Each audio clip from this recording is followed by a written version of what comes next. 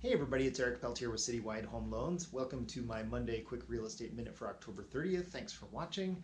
I hope you had a great week last week. I had the classic Colorado week where on Wednesday I went trail running in shorts and I sweat and my sunglasses actually had like sweat crusties on them, and then the next day it snows.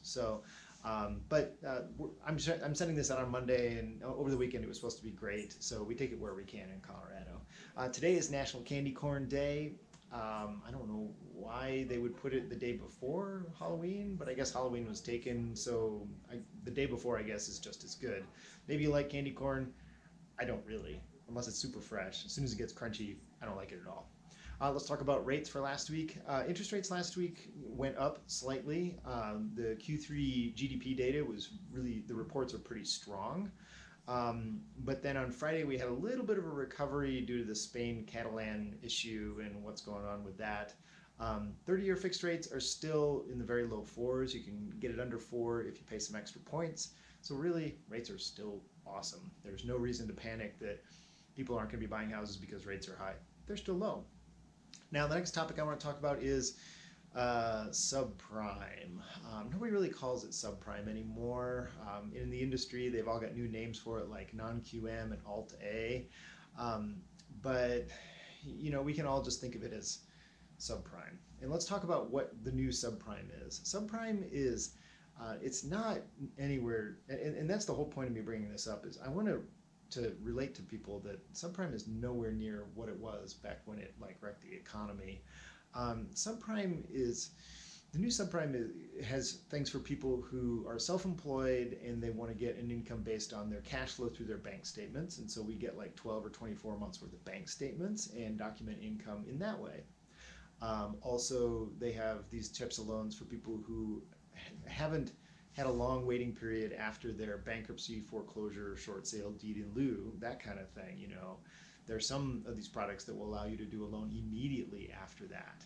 But here's the thing about the new subprime that I want to relate to everybody is that even though it's for these people that are outside the Fannie Freddie, FHA, QM box, they're still requiring a hefty down payment and good credit. I mean, obviously somebody who just had a bankruptcy is not going to have the greatest credit. They're going to be in the 600s somewhere. But they're not doing these loans for people below 600 FICO. That's one thing. Pretty much none of the products that I have that you could label subprime allow any kind of down payment less than 20%. Many of them require much higher than that, especially the short-term bank statement loans. So those kinds of things are coming out. I think your consumers should know about it because they can be options to get them right back into home ownership. Rates are high, but it's something worth talking about with your clients, that these kinds of things have come back a little bit. Next thing I want to talk about is last week, it seems like the consumers woke up from a 4-week slumber. I did about 5 pre-approvals and some contracts came in.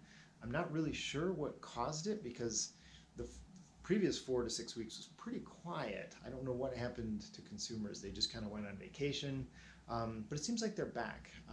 So I ask you, the real estate agent, could November be the new April? Could there be a lot of people who are trying to time the market and not buy in the spring?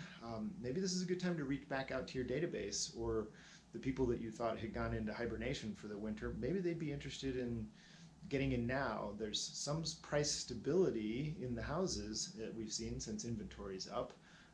So maybe you want to make some calls and generate some interest, light a fire under people. I think consumers might be looking for some off-season deals. We shall see. So be safe out there for Halloween. Please drive slow as you're driving around. Watch for black cats and maybe put some lights on your kids if they're running around the neighborhood, and have a happy Halloween. Thanks for watching.